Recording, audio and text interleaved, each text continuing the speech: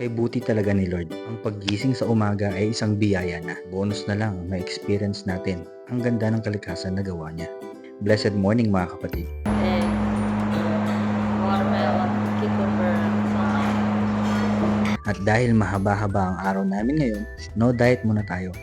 Baka di natin kayanin ang init ng araw at mga activities for today's video. After magalmusal ay dumiretso na kami dito sa waiting area. Dito daw kami susunduin ng aming tour guide. Pagsakay sa bangka, suot ka agad ng life vest para ligtas. At syempre sunscreen. Meet Kuya Gab, di niya tunay na pangalan. Siya ang tour guide namin ngayon. Syempre, di mawawala ang mga mandatory selfie. Ang mga eksenang ganito, ito pa. Ang ganda ng kuha. Kuhang-kuha. Wow! First stop, Helicopter Island. Dito ay nag-snorkeling kami. Sabi ng mga nakasabay naming mga turista, malaki na daw ang pinagbago ng mga corals ngayon. Noon daw ay matingkad ang kulay ng mga ito at ngayon, halos green na lang. Nakakalungkot mang marinig, pero sino ba ang dapat mangalaga sa mga ito? Hindi ba tayo din? Punta tayo sa next destination natin, ang Hidden Beach. Kinailangan muna naming magbangka ng 30 minutes at lumangoy ulit ng 30 minutes bago marating ang island na ito. Dito, pinauna nila yung mga hindi marunong lumangoy para maalalayan sila pababa. Basic lang sa akin to, 15 feet na nilalangoy ko. Kahit naka-backstroke pa kamo. Pero dapat may tour guide na kasama. Nagsimula na kaming lumangoy.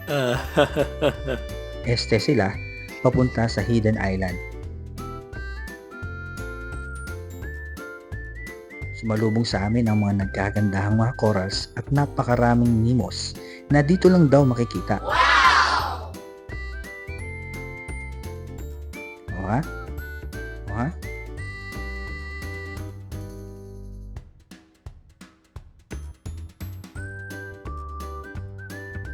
At sa wakas, narating na namin ang Hidden Beach. Sabi ng tour guide namin, dito daw sinut ang Survivor Philippines.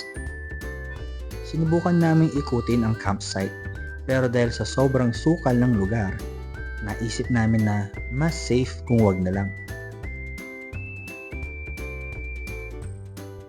Akalain mo itong Hidden Beach pala ay may sikretong lagusan?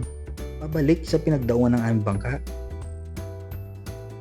Masyado ka ng maraming tinatago sa amin. Beach ka. Sunod naming destination, ang Matinloc Shrine. Sobrang dami ng tao. Kaya nag-decide ang aming tour guide na sa kabilang side na lang kami ng island pumunta para mag-lunch. Kaya heto, pagsaluhan natin ang free lunch care of Milan Grace. Sa tour na ito, may mga foreigners at mga pamilya kaming nakasama. Iba-ibang kwento, iba-ibang experience, pero iisa lang naman ang aming masasabi. Gutom na kami. Mother. Yeah. Lola here in the Philippines is grandmother. Yeah. Octopus is grandfather. Lolo. After kumain, ito ang view namin.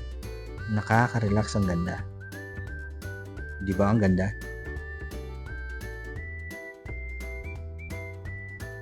Arat na agad sa next destination, ang Cadlao Lagoon. Kung hindi ako nagkakamali pero kung mali ako, pakitype sa comment section kung anong lugar ito sa El Nido. Para marating mo ang best view nito, kailangan mong mag-kayak boat. Siyempre, taga San Simon ako. Balsa nga gamit namin kapag baha Ito pa kaya? Kayak na kayak ko to. Okay. Napakaraming corals din ang nandito. Mayaman din sa iba't ibang uri ng isda at mga naglalakihang rock formation. Pagkatapos ng mahabang lakaran sa umaga, syempre, naghanap kami ng the best na kainan sa gabi. Dito kami dinala sa Gorgonzola, kung saan authentic Italian cuisine ang ihahain sa iyo. Kitang-kita ng dalawang mata mo kung paano nila ihahanda mula sa pagmasa ng dough, paglagay ng ingredients na mismong ikaw ang pipili, hanggang sa pagpasok sa hurnuhan o sa kanilang lutuan na talagang Italian ang style. At ito na nga, dumating na ang pinakihihintay namin, ang kainan time. So, paano? Bibilisan ko na ito.